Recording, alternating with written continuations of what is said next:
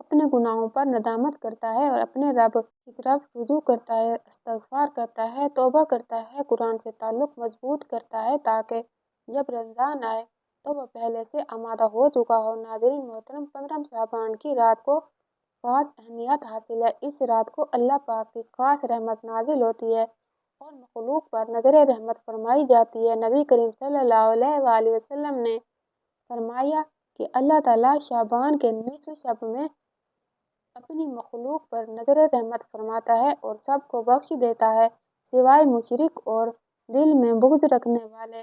اس سے یہ معلوم ہوتا ہے کہ یہ رات مغفرت کی رات ہے، رحمت کی رات ہے اور رجوع والی رات ہے۔ محترم ناظرین، بعض روایات میں آتا ہے کہ اسی رات آئندہ سال کے فیصلے ظاہر کیے جاتے ہیں، کسی کا رزق کشادہ ہوگا، کس پر تنگی آئے گی، کون زندہ رہے گا، کون دنیا سے رخصت ہوگا، یہ سب اللہ کریم کے علم میں پہلے سے ہے، مگر اس رات ان کا ظہور ہوتا ہے۔ اس لیے جو بندہ چاہتا ہے کہ اس کی تقدیر اچھی ہو، اس کا انجام بہتر ہو، اس کا رزق کشادہ ہو، اس کی بیماری دور ہو، اس کی پریشانی ختم ہو، اسے چاہیے کہ وہ 11 شعبان سے 15 شعبان تک اللہ کے سامنے جھک جائے۔ ناظرین محترم، قرآن مجید کے بارے میں اللہ پاک فرماتا ہے کہ یہ قرآن اللہ کی امانت ہے، رحمت ہے اور شفا ہے مومنوں کے لیے۔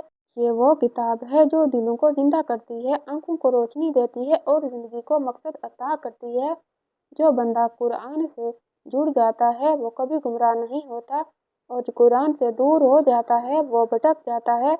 محترم ناظرین، شعبان کا مہینہ ہمیں سکھاتا ہے کہ رمضان سے پہلے اپنے دلوں کو صاف کرو، اپنے گناہوں سے توبہ کرو، اپنے رب کو راضی کرو، اپنے رشتوں کو درست کرو، دلوں سے بغض نکالو، حسد چھوڑو، کینہ چھوڑو، کیونکہ جو دل صاف نہیں ہوتا وہ رحمت کا حقدار نہیں بنتا۔ ناظرین محترم، اللہ پاک فرماتا ہے کہ میں اپنے بندوں کے بہت قریب ہوں، جب وہ مجھے پکارتے ہیں تو میں ان کی دعا قبول کرتا ہوں۔ یہ مہینہ دعا کا مہینہ ہے، رجوع کا مہینہ ہے، گریہ گزاری کا مہینہ ہے۔ اگر کوئی بندہ ان دنوں میں سچے دل سے رو لے تو اللہ پاک اس کی قسمت بدل دیتا ہے۔ محترم ناظرین، دعا مومن کا ہتھیار ہے، دعا عبادت ہے اور دعا اللہ کے نزدیک بہت محبوب عمل ہے۔ نبی کریم صلی اللہ علیہ وآلہ وسلم نے فرمایا دعا ہی عبادت ہے اور فرمایا اللہ کے نزدیک دعا سے بڑھ کر کوئی چیز زیادہ قابل عزت نہیں۔ ناظرین محترم، اگر کوئی چاہتا ہے کہ اس کے گناہ معاف ہوں، اس کی زندگی میں آسانی آئے، اس کے گھر میں سکون آئے، اس کے بچوں میں فرمان برداری آئے، اس کے رزق میں برکت ہو، تو اسے چاہیے کہ ان مبارک دنوں کو غنیمت جانے، کیونکہ یہ سال میں ایک بار آتے ہیں اور پھر چلے جاتے ہیں۔ محترم ناظرین، یہ وہ دن ہیں جن میں تھوڑا سا عمل بہت زیادہ اجر بن جاتا ہے، یہ وہ راتیں ہیں جن میں آنسوؤں کی قدر بڑھ جاتی ہے، یہ وہ لمحے ہیں جن میں رب کی رحمت قریب ہوتی ہے، بس شرط یہ ہے کہ بندہ سچے دل سے جھکے اور اپنے رب کو پکارے۔ ناظرین محترم، جو بندہ اللہ کے سامنے عاجزی اختیار کرتا ہے اللہ اسے سربلندی عطا فرماتا ہے، جو اللہ سے مانگتا ہے اللہ اسے عطا فرماتا ہے، جو اللہ پر توکل کرتا ہے اللہ اسے کافی ہو جاتا ہے اور جو اللہ کے در پر آتا ہے وہ کبھی محروم نہیں لوٹتا۔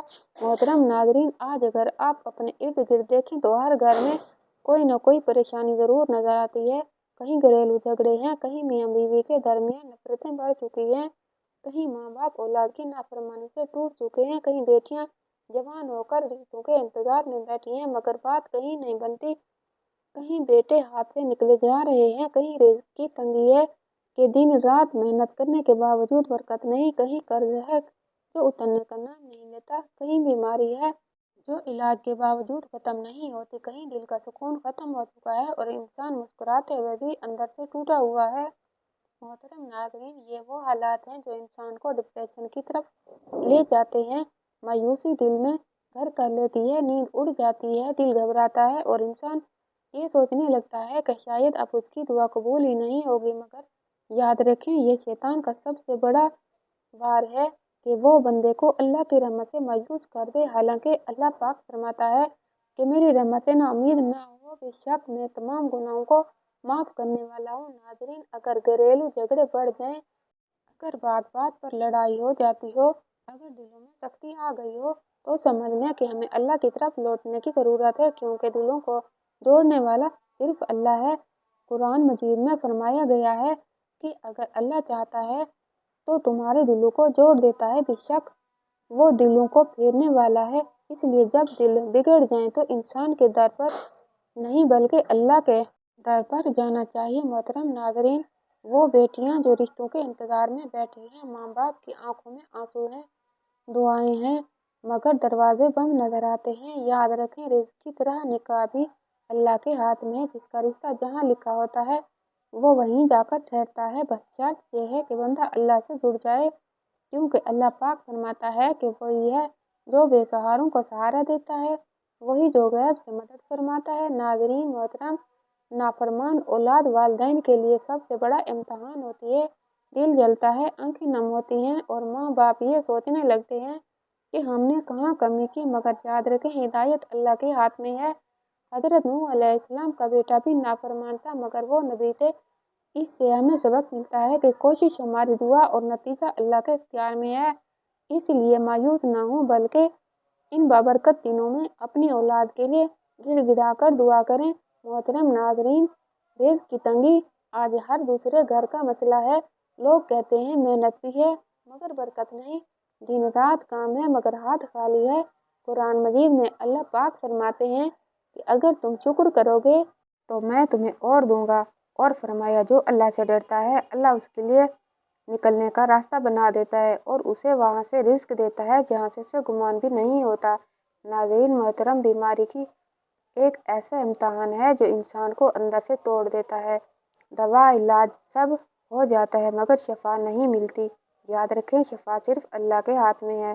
قرآن پاک میں فرمایا گیا ہے جب میں بیمار ہوتا ہوں تو وہی مجھے شفا دیتا ہے، اس لیے بیماری میں اللہ سے تعلق اور مضبوط کر لینا چاہیے۔ محترم ناظرین، یہ تمام پریشانیاں اس بات کی علامت ہیں کہ ہمیں اپنے رب کی طرف لوٹنے کی ضرورت ہے، اور شعبان کا مہینہ اسی واپسی کا مہینہ ہے۔ یہی وہ وقت ہے جب اللہ پاک اپنے بندوں کو سنبھلنے کا موقع دیتا ہے۔ یہی وہ دن ہے جس میں تھوڑا سا عمل بڑی بڑی مصیبتوں کو ٹال دیتا ہے۔ ناظرین محترم، جو بندہ 10 شعبان سے 15 شعبان تک اس عمل کو اخلاص کے ساتھ کرتا ہے، اللہ پاک اس کی زندگی میں برکت ڈال دیتا ہے، اس کے گھر میں سکون آ جاتا ہے، اس کے دل کا بوجھ ہلکا ہو جاتا ہے، اس کے رزق میں کشادگی آ جاتی ہے، اس کی بیماریوں میں آسانی آتی ہے، اس کے بچوں کے دل نرم ہو جاتے ہیں اور اس کی تقدیر میں بہتری آ جاتی ہے۔ محترم ناظرین، یہ کوئی جادو نہیں ہے، یہ اللہ کا وعدہ ہے اور اللہ اپنے وعدے کے خلاف نہیں کرتا۔ جو بندہ اللہ کی طرف ایک قدم بڑھاتا ہے اللہ اس کی طرف 10 قدم بڑھاتا ہے، اور جو بندہ اللہ کے در پر دستک دیتا ہے اللہ اس کے لیے دروازے کھول دیتا ہے۔ ناظرین محترم، یہ عمل اس لیے بتایا جا رہا ہے کہ 15 شعبان کی رات اعمال کا حساب ہوتا ہے اور تقدیر کا ظہور ہوتا ہے۔ اگر آپ چاہتے ہیں کہ اس سال کی تقدیر آپ کی تقدیر میں آسانی ہو تو 11 شعبان سے تیاری شروع کریں، کیونکہ بغیر تیاری کے کامیابی نہیں ملتی۔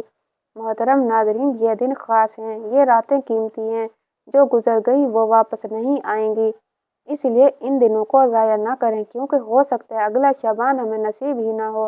ناظرین محترم، اللہ پاک ہمیں ان بابرکت دنوں کی قدر کرنے کی توفیق عطا فرمائے، ہمیں اپنی رحمت سے نوازے اور ہمیں ان لوگوں میں شامل کر لے جن کی تقدیر میں خیر لکھی گئی ہے۔